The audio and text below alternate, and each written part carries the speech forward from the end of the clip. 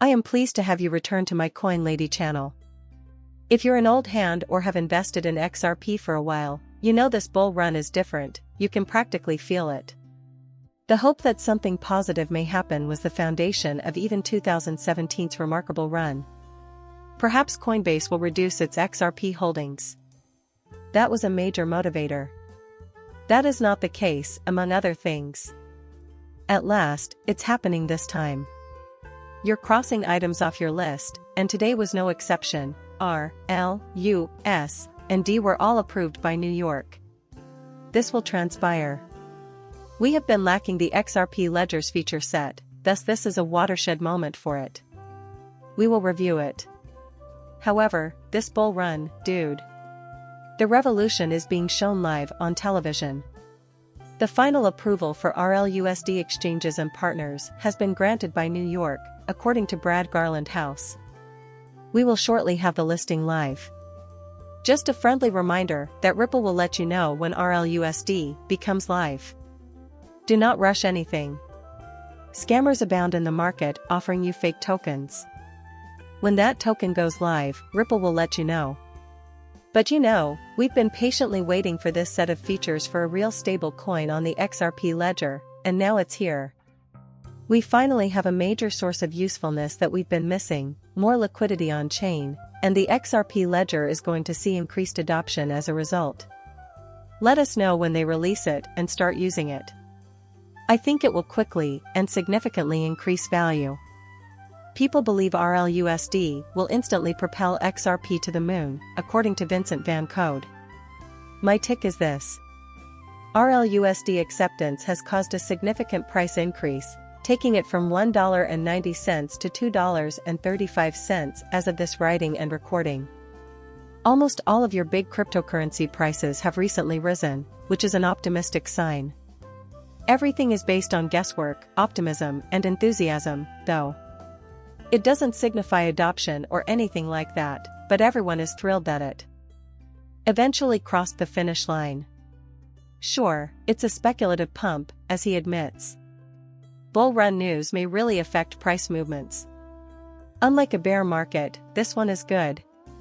The actual pump, though, will occur, according to him, once the AMM/LPs are operational. I agree with you, but there's one catch: this isn't the perfect time. We are now live. There must be some way for the AMMs to take RL and USD, correct? They plan to release that feature soon, and once it's live, you can begin to increase chain liquidity by attracting more users. At that point, he claims, you'll see how all of this impacts the price and the ledger's utility due to the abundance of liquidity on the chain, which is better than getting it from a centralized exchange. Additionally, the XRP ledger is going to experience a substantial influx of funds. You need to exercise caution because exchanges will provide RLUSD staking in the US in an effort to cash in on the staking chances in that region. Will it be considered a service or a stake? Perhaps those answers will be revealed. However, it is of little consequence to me if the exchanges enable staking with RLUSD directly. It would be great if many of them back RLUSD, because the stable coin would be more useful and supported by more people if there are more on and off ramps. In the end, I believe it will be an exceptional experience. Right now, on his website, Mr. Intuitive BlackBerry XRP, you can find an interview with Grant Cardone. Cardone claims that Brad Garlinghouse ruined the 60 Minutes interview, missing out on a once-in-a-lifetime opportunity. As far as I'm concerned, Brad is completely out of options. Brad performed an excellent interview, I'm sure. It was all chopped off. That is, when all of your well-intentioned, influential, and desired remarks are ultimately scrapped. How would you actually use this space? Grant may have a point if he is implying that he should have reconsidered doing that interview. Again, looking back, it's simple to claim that I was very confident in the interview. It was predicted by many of you how it would unfold. It was all a mystery to me how 60 Minutes works. In all candor, it wasn't a particularly good interview, you know. However, I do not believe that Brad Garlinghouse was at fault in any way. I have no doubt that he delivered an excellent interview. It was simply not shown to us. What bizarre combinations of cut and makeup they came up with, we got to witness. To be honest, I don't see what else Brad could have done to help. This post was set up here as a poll. If you examine the 10 most traded coins from previous week, they stated Solana was ranked first. There were 2, Bitcoin and Ripple. It was the 3rd most traded cryptocurrency globally, while its market valuation was lower than Ethereum's. And really positive moment for XRP. I have a question for you regarding Uphold. For reasons unrelated to this one, I require a separate cryptocurrency account. Additionally, I'm considering Kraken or Uphold. Keep has been on my radar for a long time. The quality of the experience is unclear to me. Inform me. Below, would you recommend maintaining? Am I to return for a second opinion, to give them the benefit of the doubt? Should I instead visit Kraken? If you inform me, I will investigate. Paul Atkins is one of the 2 cryptors that posted on the selection of the SEC chair. As a first step in the FTX collapse, the US government is holding us responsible. The US failed to make our regulations amenable to this new technology, he claims, and as a result, FTX collapsed as a worldwide disaster. True, the SEC couldn't strictly enforce regulations on them while they were in the Bahamas, but the climate they cultivated makes it impossible for Americans to construct such systems.